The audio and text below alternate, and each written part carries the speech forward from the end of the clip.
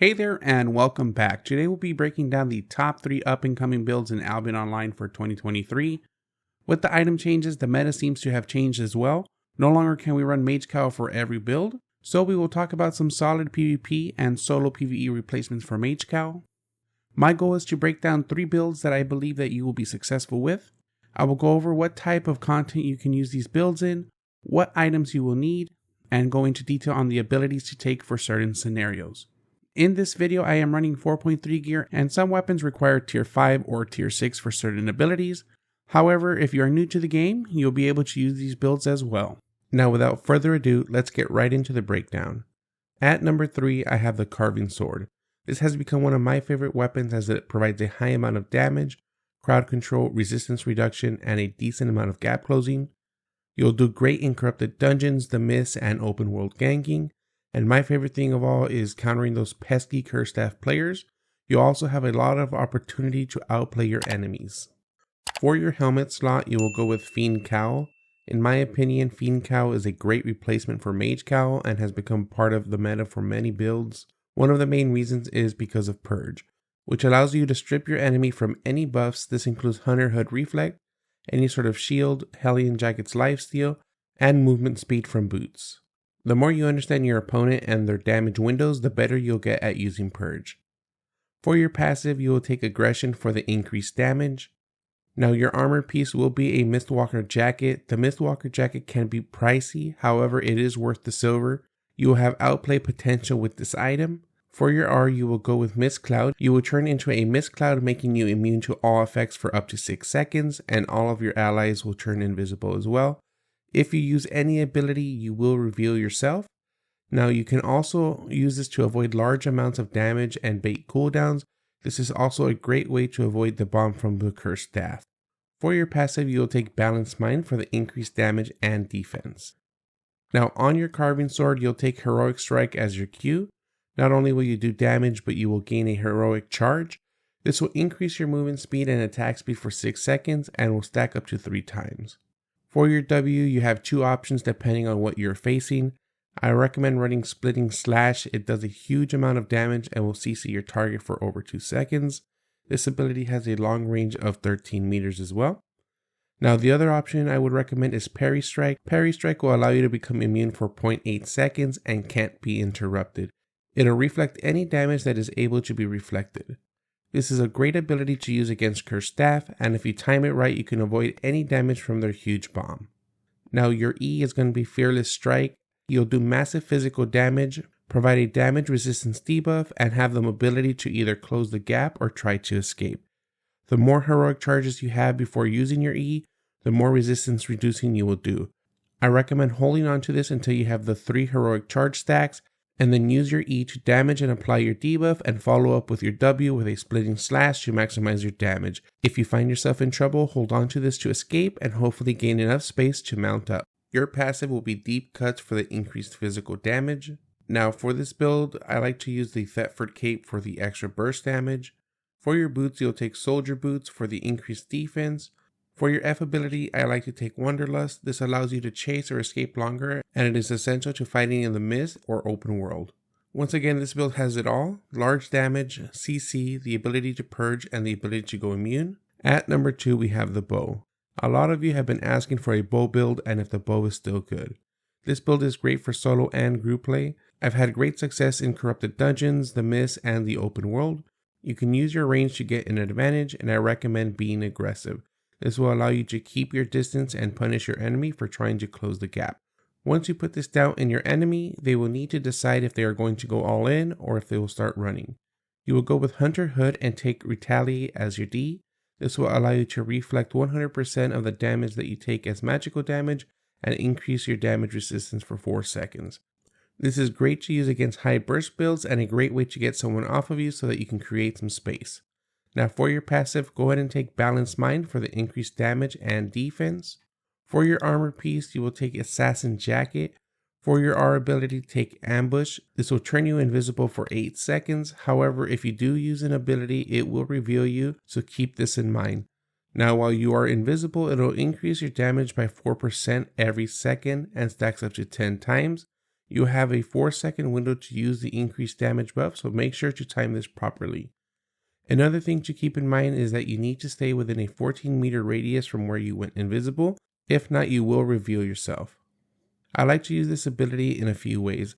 I like to open aggressively and use all of my offensive cooldowns, and then use my ambush to go invisible while these cooldowns are coming up. It also confuses your opponent as they won't have a target to attack. You can also use this defensively to reset your opponent, or if you are in trouble, you can hold on to it and use it to try to escape. The passive that you will take is Balanced Mind for the increased damage and defense. Now for your weapon item, the bow, you will take Multi-Shot for your Q. This will send a burst damage in a cone and knock back your enemy. This is a great way to interrupt your enemy's cast and provides a good burst of damage. Since it does knock your enemy back, it will open up some space and allow you to start kiting. For your W, I recommend using Frost Shot, especially for beginners. This will give you crowd control and mobility. The way Frost Shot works, it sends an arrow in front of you and explodes and knocks you back. It does deal a small amount of damage to your enemy and slows them by 40% for almost 8 seconds. It does have a small range, so your opponent will need to be on top of you if you are wanting to slow them. However, you can use this ability to escape, close the gap, and even chase players down. It is a very fun ability to play with. Also, if you're trying to maximize your damage with W and are ganking in a group, I'd recommend taking Ray of Light. This will root multiple enemies and deal a large amount of damage. Your E is Enchanted Quiver. This will empower you and provide you with a 50% attack speed increase and increase your physical attack damage by 240% for the next 8 seconds. You will also get what's called Enchanted Arrows, and your next 6 normal attacks will be Empowered Shots. You will also get to recast your E within the same 8 seconds, which will dash you to the spot 6 meters out and enchant an additional 4 arrows. You're not able to have more than 6 enchanted arrows, so I recommend using this once you have 2 enchanted arrows left.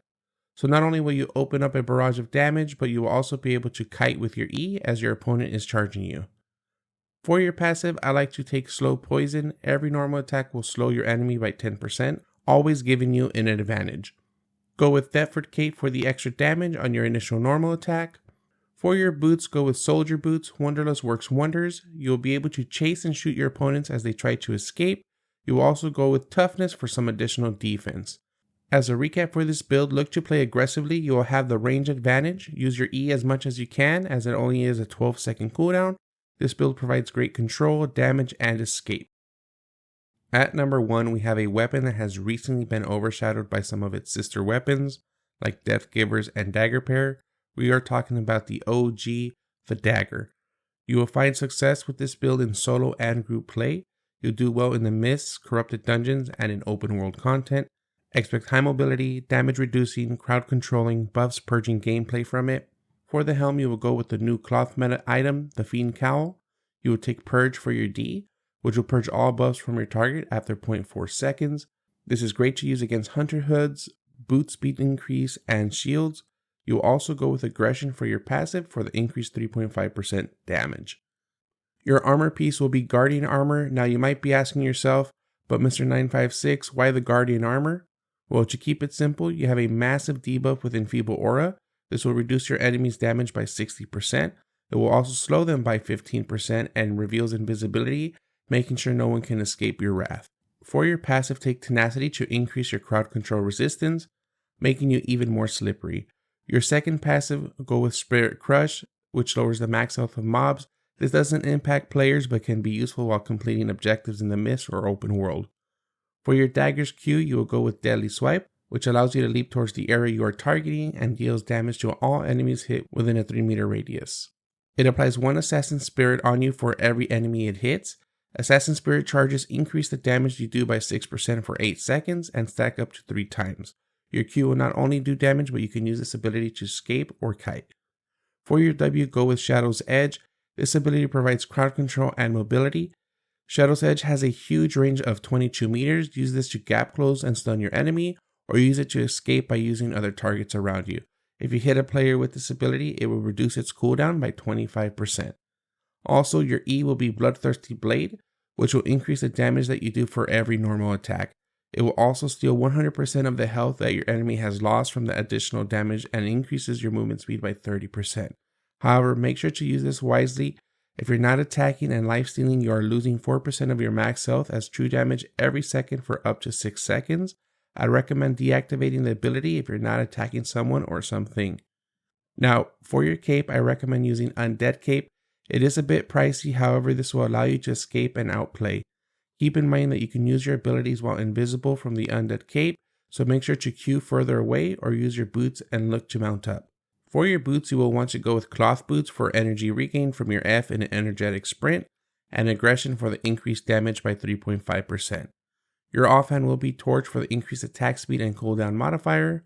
Now to recap this build, look to pick the right fights. You have a lot of variety in crowd control, damage reduction, high damage, lifesteal, and mobility. Use all of these things to your advantage. Now this does round up our top 3 up and coming builds to look out for in 2023. If you enjoyed this video, please make sure to hit the like button and subscribe to the channel.